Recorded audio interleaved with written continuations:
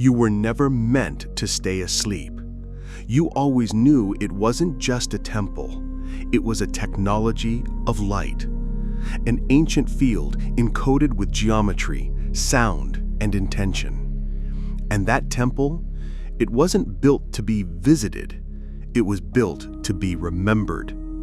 Because it exists inside you.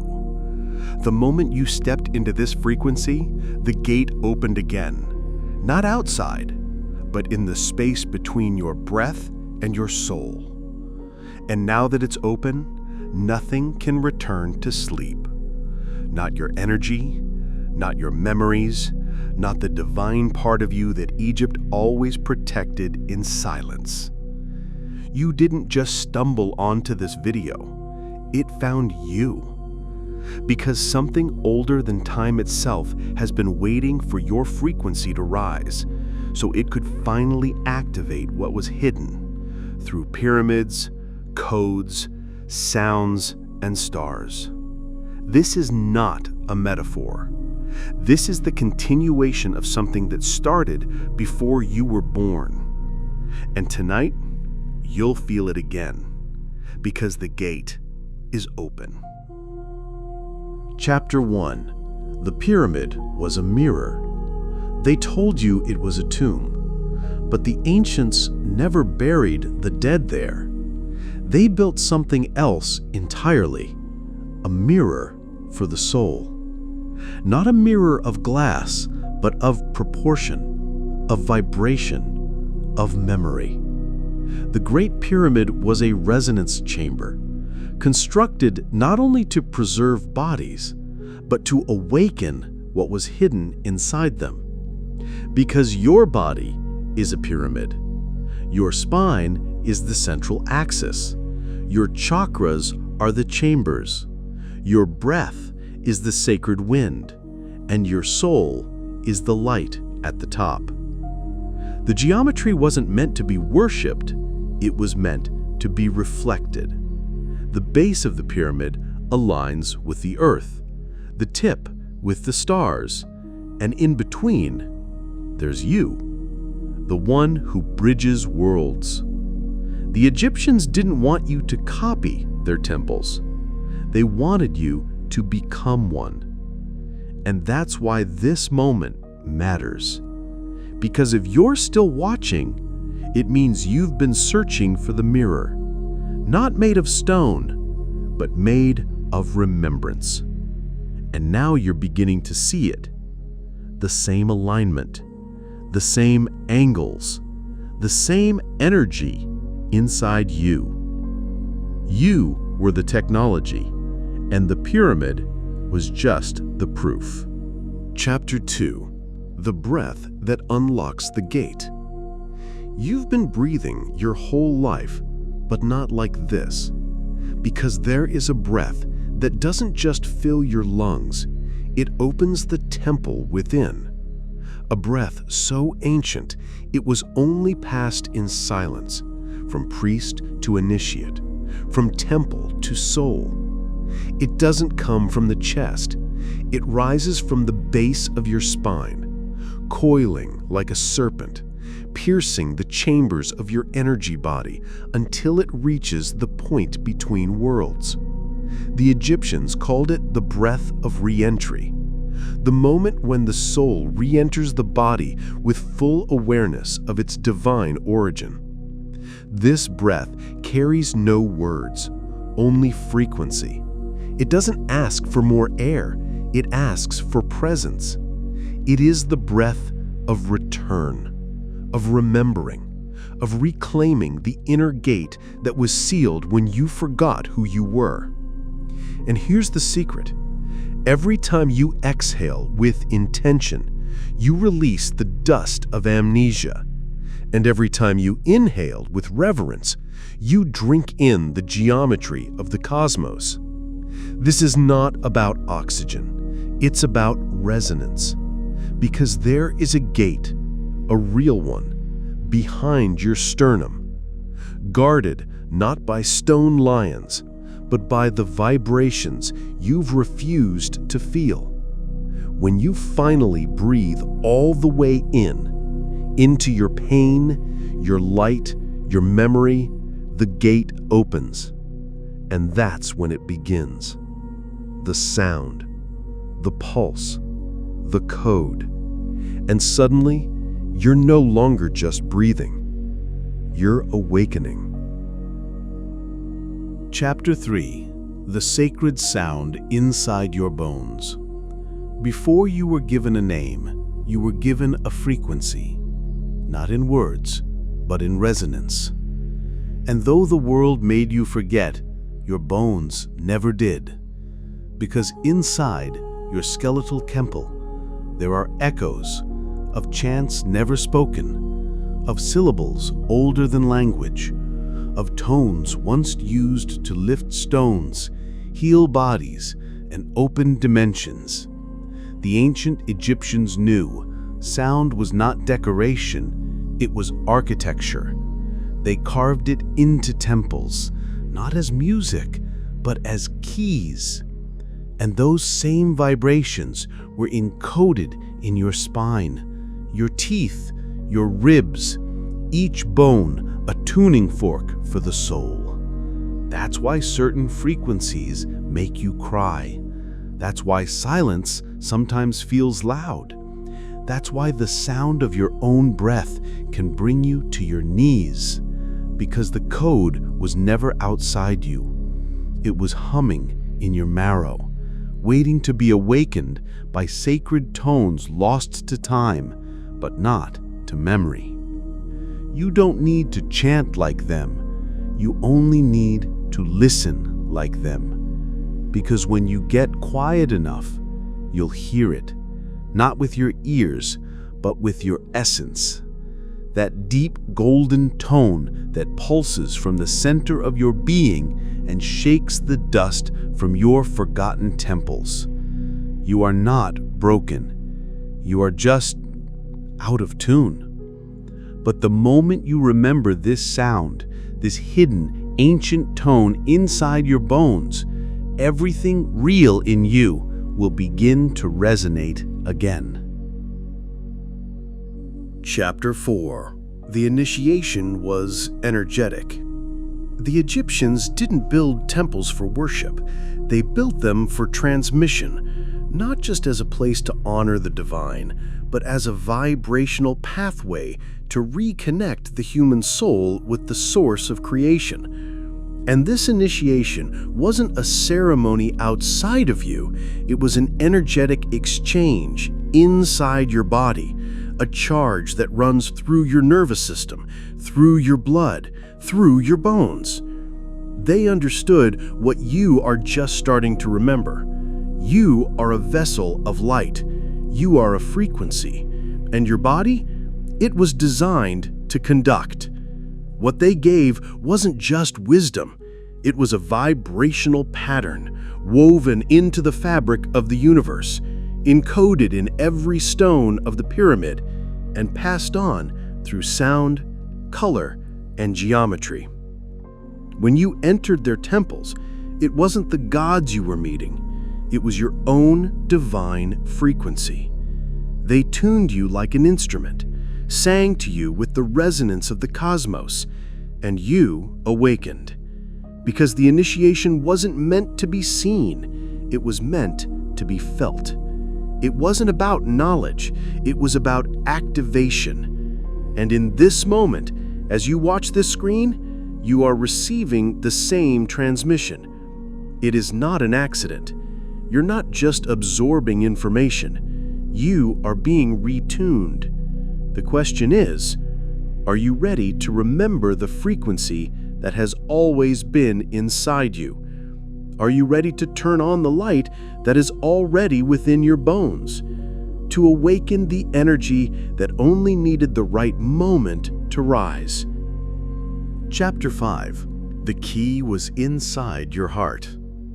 They hid it where you would never think to look, in the silence between your own heartbeats. Not in the scrolls, not in the stones, not even in the stars, but deep inside your chest, In that pulsing temple, you felt every time you were moved by something greater. The Egyptians knew the heart was the seat of memory, not the brain, not the intellect, but the heart field, that radiant electromagnetic center capable of remembering your soul's origin. That's why they weighed the heart against the feather, because the heart wasn't just an organ, it was a record keeper, a portal, a living key. And here's the truth most forgot. The geometry of the pyramid, those angles, that sacred design, was a map of the heart's frequency. It wasn't meant to be copied, it was meant to be felt. Because once your heart begins to vibrate with the same resonance that built the stars, the gate opens. And that's when you realize you weren't locked out of the temple. You were carrying the key all along. That ache in your chest, that flutter when something sacred touches you, that stillness when you know you've come home, that's it. That's the activation. And it doesn't come from outside. It doesn't come from rituals or words. It comes from the moment you let your own heart vibrate without fear. The moment you stop searching and start feeling. Because the key is not something you find, it's something you become. Chapter 6. You were the temple all along. You searched the sands. You studied the glyphs. You listened to ancient names whispered through time. But what if the answer was never hidden there? What if the entire time the temple wasn't a structure, but a state of being? What if you were the architecture, the altar, the light that the priests were tending to? They carved it in stone, so you would one day remember. The proportions of the temple mirror your own anatomy. The inner sanctum is your heart. The obelisks are your spine. The gateway is between your eyes. And the sacred pool? It is the stillness of your inner breath when you finally become silent enough to hear creation speaking. The ancient Egyptians weren't trying to impress the gods. They were building maps of ascension, of transformation, of becoming divine while still in a human body. You were never meant to just walk into a temple. You were meant to awaken as one. And now, you're beginning to feel it. The light behind your eyes, the hum beneath your ribs, the pull of something older than words asking you to stop looking outward and to begin standing fully present in the center of your own sacred geometry. Because when you do, the temple activates. And not just in you, but in every soul you meet.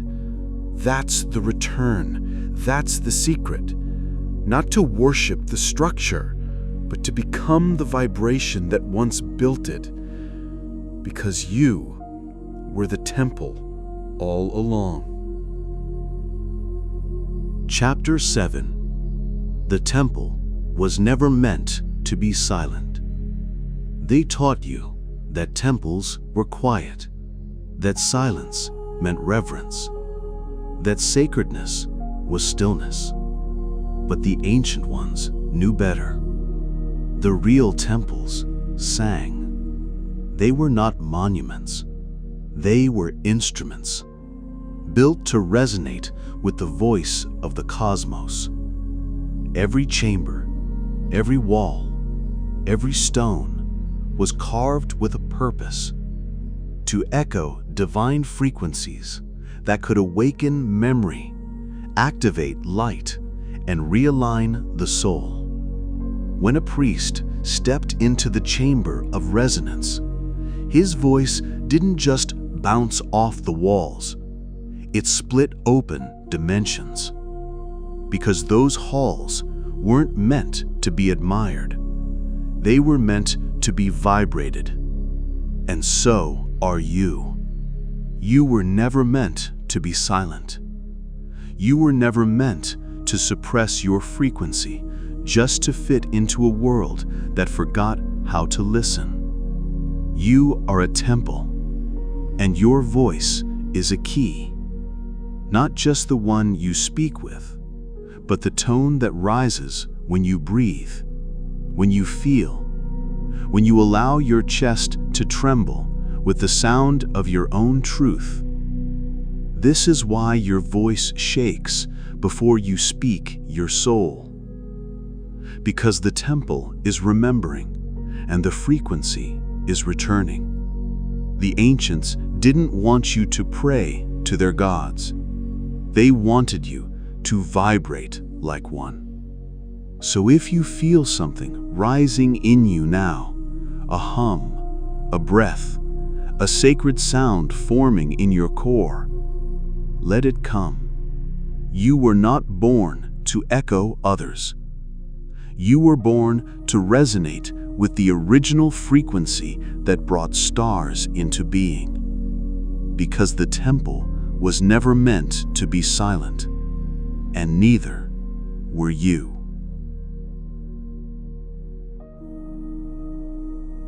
Chapter 8. The Return of the Solar Code. Before there were books, there was light. Before there were priests, there was the sun. And before you ever questioned who you were already radiating a code that matched the pulse of the cosmos. The Egyptians called it Ra, but it was never just a god. It was a frequency of divine order, a rhythm of light that held galaxies together and activated the temple inside your skin. Every pyramid was aligned to the sun, not for worship, but for synchronization. Because when the temple and the sun vibrated in unison, the soul remembered. And so did the body. Your cells don't just respond to light, they carry its signature. Every time you stand in sunlight and feel more alive, that's not biology, that's geometry remembering its source. And here's the hidden truth. The solar code was never just radiance, it was instruction. Encoded in frequency, imprinted in your DNA. It told your chakras when to open. It whispered to your spine when to rise. It reminded your breath how to reach the stars. But the world covered your light, told you to fear the fire, told you you'd burn if you stood in your own brilliance. And still, the solar code waited inside you, silently, unmoving. Until now. Because now you remember what the pyramids were pointing to. Not just the sky, but to a radiance within you that can no longer be denied. You are not just made of stardust. You are encoded with sunlight. And this is your return. Not to the temple, not to the gods, but to the frequency of your own radiance. The solar code has returned. And it has one message: shine. Chapter 9. When you remember, the grid responds. Every temple was placed with precision. Every pyramid, every obelisk, every chamber, aligned not just with the stars, but with the energetic grid of Earth. Because the ancients knew the planet is alive and it listens. They called it the dragon lines, the serpent roads, the invisible rivers of resonance that pulse beneath the surface of everything. And the truth they carried was this: when one soul remembers, the entire grid vibrates.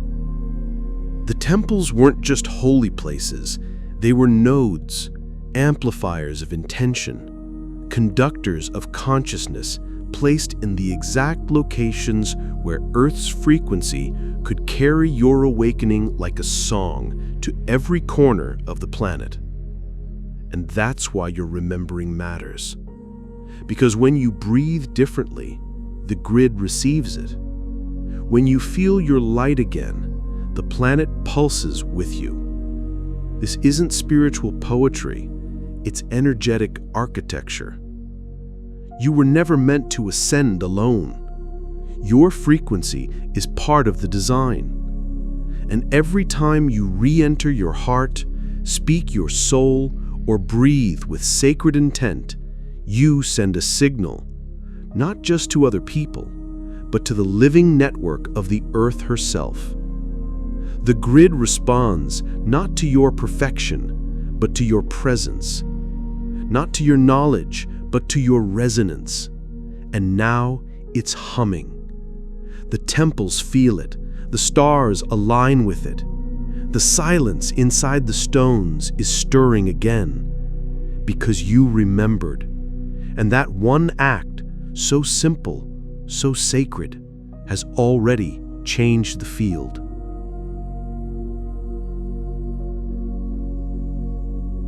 Chapter 10. This is why you came back. You didn't come here to survive. You didn't come here to repeat. You came back to remember. To walk again on sacred ground, even if it was paved over. To hear again the sound, even if the world called it silence. To vibrate again, even if your voice had been buried in lifetimes of forgetting. And here you are. Not by accident, not by chance, but by design, because you are part of a return that was prophesied in stone, sung in hieroglyphs, and whispered through bloodlines of light. You were never just a seeker. You were never just curious. You were called. And that calling didn't come from outside you. It came from the part of your soul that never forgot. That part waited for this moment, for this timeline, for this frequency. You felt it as a child. You saw it in dreams. You touched it in moments of awe when the world grew silent and your whole being whispered, "I've been here before." And yes, you have. You walked in temples when they sang. You breathed the golden breath. You stood between columns of light and activated your own field so others could awaken through yours. You came back to do it again. But this time, not in secret, not in shadow, not alone. This time, you came back to radiate, to let the memory flood your bones, to let the light command your voice, to let the solar code take root in your spine and ripple through the grid like a beacon. Because this was never about returning to Egypt, it was about returning to yourself. And now that you've remembered, everything can begin again. Final activation. Say it so the frequency anchors. You've felt it. You didn't imagine this. This wasn't just a video. It was a transmission, a remembering, a reactivation. And now it's yours. But to anchor this frequency, you must bring it into the field. So pause, breathe, close your eyes, place your hand on your heart, and say, out loud or in the comments, I was the temple. I am the code. I remember now. Say it with reverence. Say it as a soul who has returned.